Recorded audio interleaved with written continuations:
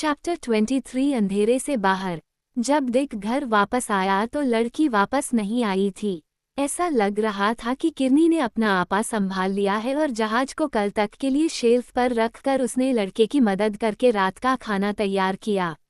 इस मामले पर वे शायद ही कभी बात करते थे। उनके बीच झगड़े की छाया अभी भी बनी हुई थी और वह रात का खाना, जब वे एक दूसरे के सामने चुपचाप बैठे थे, डिक के जीवन में एक निशान था। यह उसकी वयस्कता की पार्टी थी, क्योंकि किरनी उसे एक ऐसे व्यक्ति के रूप में देख रहा था जिसके साथ उसका मतभेद था, न कि एक ऐसे लड़के के रूप में जिसे धमकाया और डराया जा सके। उनमें से किसी ने भी दूर से रांटोंगा के डिक का वह दृश्य नहीं देखा। लंबा नाविक छोटे बच्चे को अपनी बाहों में लेकर नचा रहा था और बोवल्स से चिल्ला रहा था, वह अपना दूसरा नाम एम कहता है। उसके सिर पर जितने बाल हैं, वो मुझे डिकैम का नाम बता रहा है न बो। उनमें से किसी ने भी द्वीप के शुरुआती दिनों को नहीं देखा था, जब डिकैम, जिसे उसके दादा ने पूरी तरह नाविक के जिम्मे छोड़ दिया था, वह लेगून में रस्सी के स्थान पर धागे से मछली पकड़ता था और चट्टान पर मछली पकड़ने का खेल खेलता था तथा अपने बड़े साथी के मार्गदर्शन और सहायता से छोटी नाव को चलाने का प्रयास करता था। आज शाम सूर्यास्त के समय वहां बैठा डिक अब बच्चा नहीं रह गया था। वह पूरी तरह से मनुष्य नहीं था, बल्कि मनुष्य से कहीं बढ़कर था। प्रकृति के हाथों से निकला हुआ, जिसने उसके माता पिता को आकार दिया था, पूरी तरह से सभ्य नहीं था, पूरी तरह से जंगली नहीं था। एक कवि ने उसमें दुनिया का युवापन देखा होगा।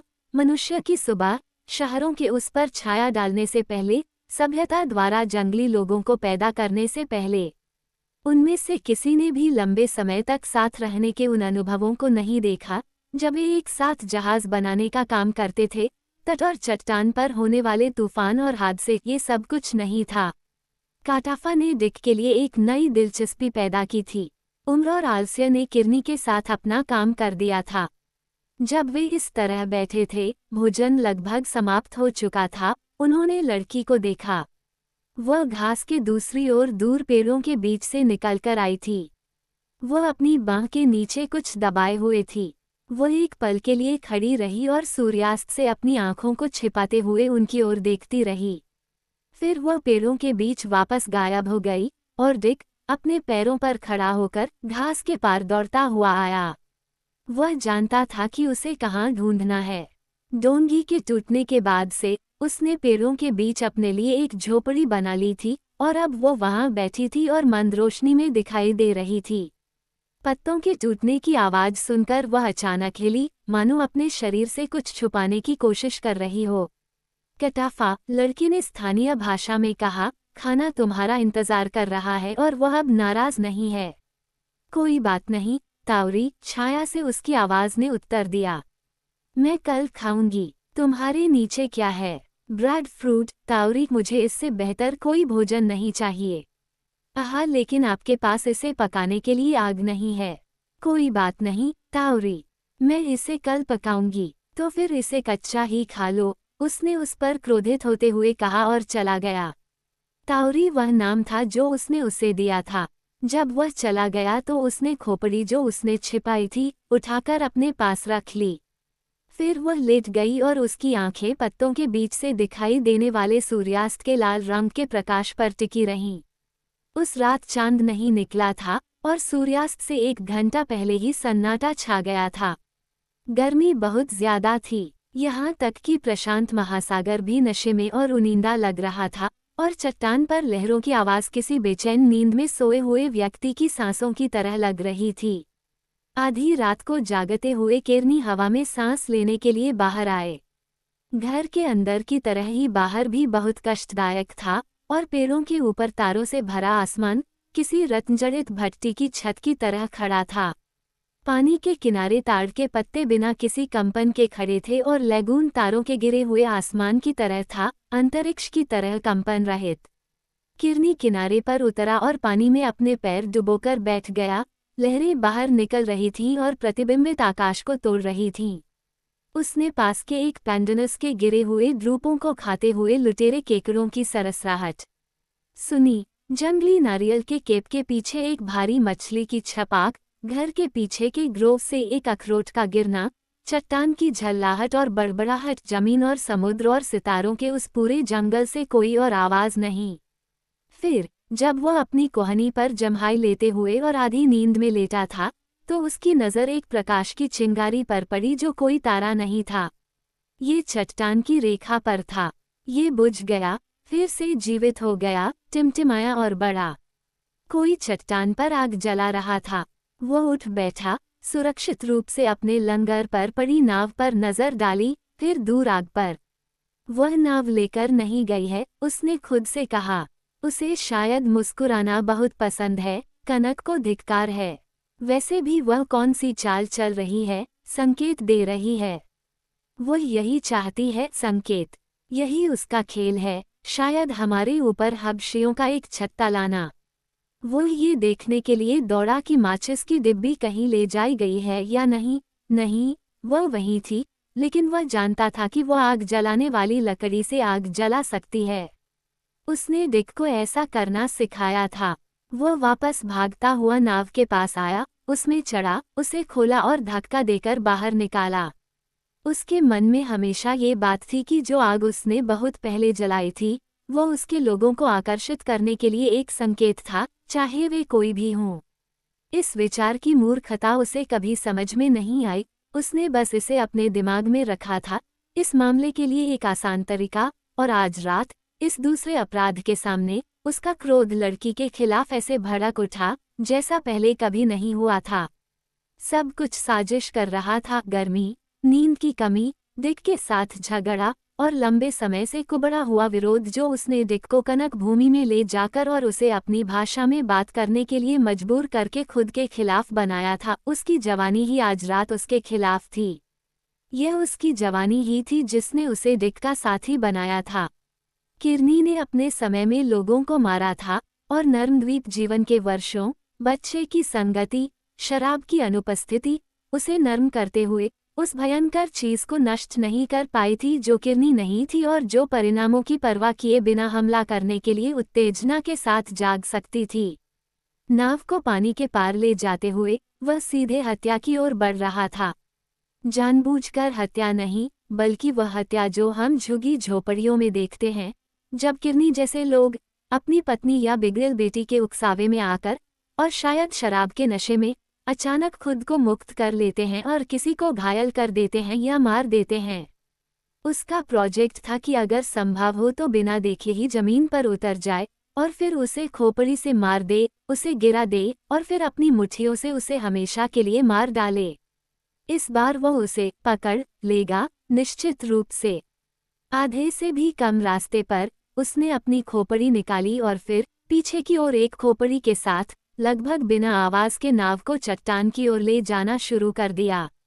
वो उसे अब आग के पास खड़े होकर उसे खिलाते हुए देख सकता था, उसके चेहरे और बाहों पर लपटों की रोशनी पड़ रही थी।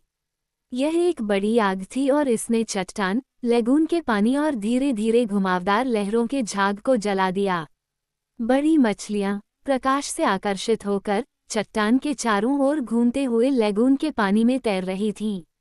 खबर दूर दूर तक फैल गई थी कि कुछ हो रहा है, और प्रकृति, जिसके पास मनुष्यों और जानवरों को चेतावनी देने के अपने तरीके हैं, अगर वह खुद को लिखित रूप में व्यक्त करती, स्याही के बजाय आग का इस्तेमाल करती, तो टूटते झाग के ऊपर ये शब्द दिखाई देते, आज रात चट्टान खतरनाक है। फिर जैसे ही किरनी करीब आया, लड़की, जिसने अचानक मुड़कर उसे देखा था, आग से अलग हो गई और भाग गई। उसने नाव की खोपड़ी खींची, अपनी सीट पर बैठा और दूसरी खोपड़ी को पकड़कर ऐसे नाव चलाने लगा जैसे कोई रेस कर रहा हो। नाव का अगला हिस्सा मूंगे से टकराया। वो उछलकर बाहर आया, उसे सुरक्षित किया और खोपड़ी को हाथ में लेकर मुड़ा। लड़की जा चुकी थी। आग की चमक के पार उसे लगा कि उसने एक क्षण के लिए उसे देखा है, लेकिन प्रकाश ने उसकी आंखों को चौंधिया दिया, और जब उसने उसे अपने पीछे रखा तो वह तारों से जगमगाते मूंगे, उसके उभार, गड्ढे और तालाब, लहरों के झाग और लेगून के शांत दर्पण के अलावा कुछ भी नहीं देख सका। वह अच्छी तरह जानता था कि उसके साथ क्या हुआ था। वह रीफ पूल में से एक में डूब गई थी। छिपने के लिए वही एकमात्र संभावित स्थान थे। वह लेगून में नहीं गई थी। वह एक नज़र में ये देख सकता था क्योंकि पानी में लहरें नहीं थीं और तैराक का सिर दिन के समय की तुलना में और भी अधिक स्पष्ट रूप से दिखाई देता। वो खोपड़ी को पकड़ते हुए आगे बढ़ा। अब उसके दिल में एक शिकारी का गुस्सा था। उसने पहले बड़े तालाब में देखा कुछ भी नहीं, केवल एक फंसी हुई मछली यहाँ वहाँ भूत की तरह फड़फड़ा रही थी। उसका छाया भूत नीचे की सफ़ेद मूंगा रेत पर उसका पीछा कर रहा था। वह उठा और आगे बढ़ रहा था। तभी लेगून के पानी में एक बड़ी लहर आई जो उसके पीछे से बहकर पश्चिम की ओर फैल गई। किरनी मुड़ा। आग अभी भी अच्छी रोशनी दे रही थी और उसके और आग के बीच कुछ ऐसा था जो मूंगे पर उछलकर आ गया था। आग की रोशनी से आकर्षित होकर वह लेगून से निकल गया था, रेंगती हुई बिल्ली की तरह बिना आवाज के, फिर भी टनों वजन का।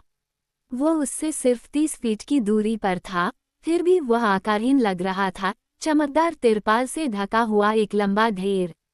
फिर अचानक उसने आकार ले लिया, खुद को एक भोंगे की तरह फैलाते हुए। लोकोमोटिव की हेडलाइट्स की तरह लैंप जल उठे और लैंप के चारों ओर मेडुसा के बालों की तरह बड़े बड़े सांप लिपटे हुए थे।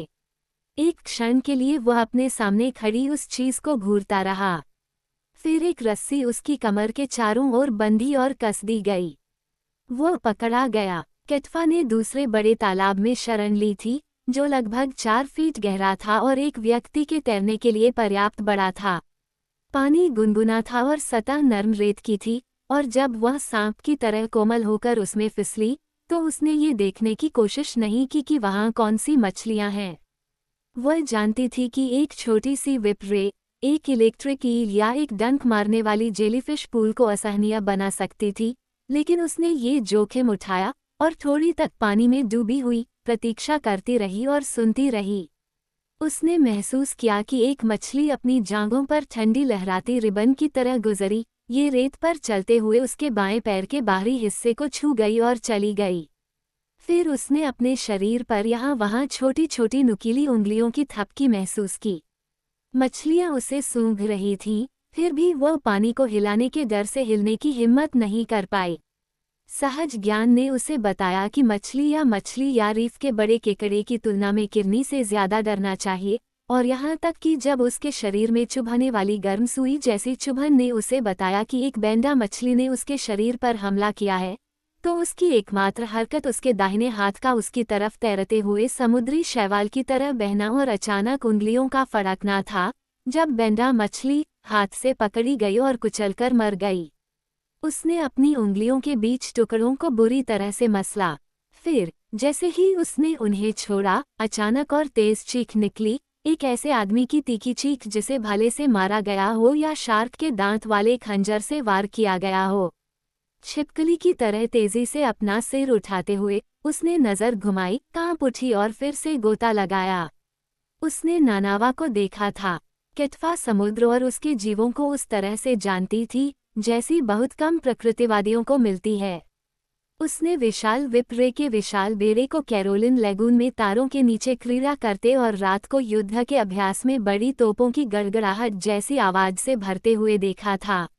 उसने एक कैचालोट को विध्वंसक जहाजों द्वारा मार गिराते हुए देखा था और एक ऑक्टोपस को 60 फुट के तंबुओं के साथ पालू बैंक के पास फटे गुब्बारे की तरह तैरते हुए देखा था, जिसे पनडुब्बी की किसी गड़बड़ी के कारण मील गहरे पानी से ऊपर लाया गया था। शार्क उसे नोच रही थीं और उसकी आंखें अभी भी जीवित थीं, उदास और विस्मय में आकाश की ओर देख रही थीं। लेकिन उसने सभी समुद्री जीवों में सबसे भयानक कभी नहीं देखा था। विशाल डेकापॉड, बैरल के आकार का, ओक के पेड़ जितना बड़ा, 2 चोंच वाला, दांतों से लस जीभ, 1 फुट चौड़ी आंखें और 10 तंबू जिनमें से 2 30 या 40 फुट लंबे थे। गुनगुने पानी में डुबकी हुई वह सुनती रही, कुछ भी नहीं। केवल लहरों की उठती गिरती आवाज समुद्र की धड़कनों के साथ सुनाई दे रही थी, जबकि शांत सितारे उस पर चमक रहे थे और मिनट बीत रहे थे। कोई आवाज नहीं आ रही थी जो ये बता सके कि क्या हो रहा था, क्या हुआ था। फिर धीरे से खुद को ऊपर उठाते हुए उसने फिर से देखा। चट्टान पर आग की आखिरी चिंगारी के अलावा कुछ भी नहीं दिख रहा था। नाव वहीं पर स्थिर पड़ी थी जहां उसे बांधा गया था, लेकिन उस आदमी का कोई पता नहीं था जिसने उसे पार कराया था।